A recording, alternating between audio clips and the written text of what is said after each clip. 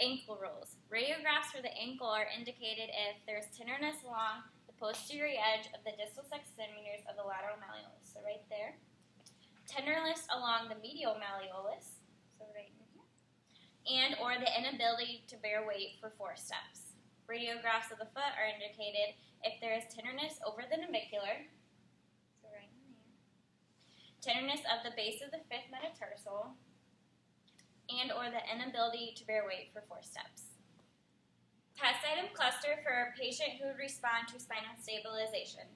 Age less than 40 years old, average straight leg raise greater than 91 degrees.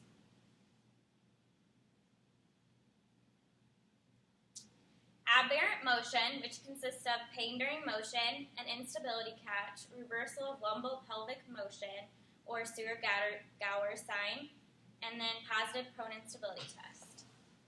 So Hannah, I'm going to have you stand on the edge of the table with your hips touching. All right, I'm going to have you lean over. All right, I'm going to apply some pressure in your back. Any pain?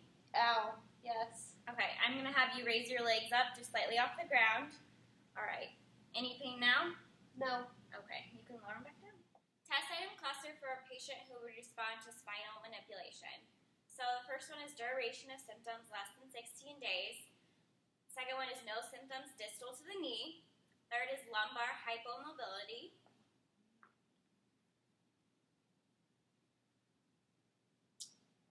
The fourth one is at least one hip greater than 35 degrees of internal rotation. So I'm just going to raise your leg.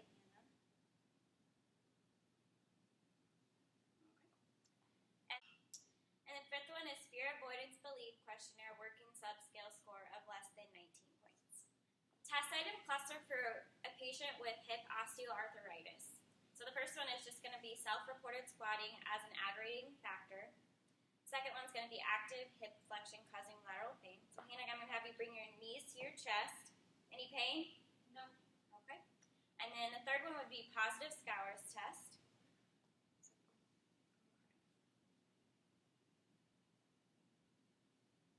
Any pain? No. And the fourth one would be passive internal rotation of less than 25 degrees. And the fifth one would be active hip extension causing pain. So Hannah, I'm going to have you raise your leg up. Any pain? No. Okay. Taper test for the hip. Okay, Hannah, I'm just going to have you place your foot above your knee. Slowly just let your muscles relax. And apply some pressure here. Here. Any pain? No. Anterior drawer for ACL pathology. All right, Hannah, yep, with your bent knee. Is it okay if I sit on your foot? Mm-hmm. Okay.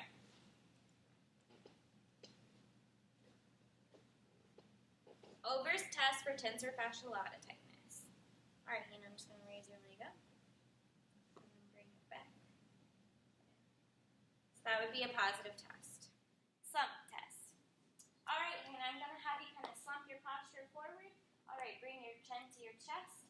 Can you put your hands behind your back? All right, I'm just going to apply some pressure on the back of your head to keep it in that position. All right, and then any pain so far? No. All right, I'm going to slowly bring your leg up. Any pain? No. Okay. What about now? Yes. Okay, and then look up for me. Any pain? No. Okay. Thessaly test for meniscal pathology. All right, Hannah, I'm going to have you stand on one leg. We're going to test your unaffected leg first. I'm going to have you slightly bend it. All right, and then I'm going to have you turn from left to right. Yep, twist on that. Do it 3 times. Any pain with that? All right, we're going to do the exact same thing on your right leg. Let me know if you have any pain. No. All right, we're going to retest it on your left, but this time with a little bit more bend, so about 20 degrees of bend in your knee. All right, and then twist. All right, and then the right leg. Good. And then twist. Any pain with that? No. All right, differential diagnosis of a gluteal hamstring weakness versus either an L5 or S1 radiculopathy. So first, I would just test the strength in her hamstrings and glutes. If she was weak there, I would then go on to test her dermatomes, myotomes, reflexes and do a neural tension test. So, Hannah, I'm just going to have you sit with your feet on the edge of the table.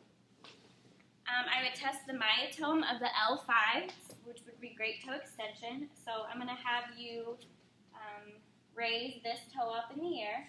Okay, back down, and the next time you raise it, I'm going to push your toe down. So hold, hold, hold. If she was weak there, then I would go into test S1, which would be 20 to 30 heel raises.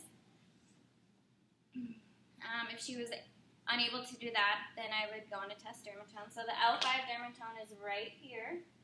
S1 is more on the posterior lateral side. I would also go to test her Achilles tendon reflex. If all of those were impaired and she had a positive slump test, which was previously demonstrated, I would rule in a radiculopathy.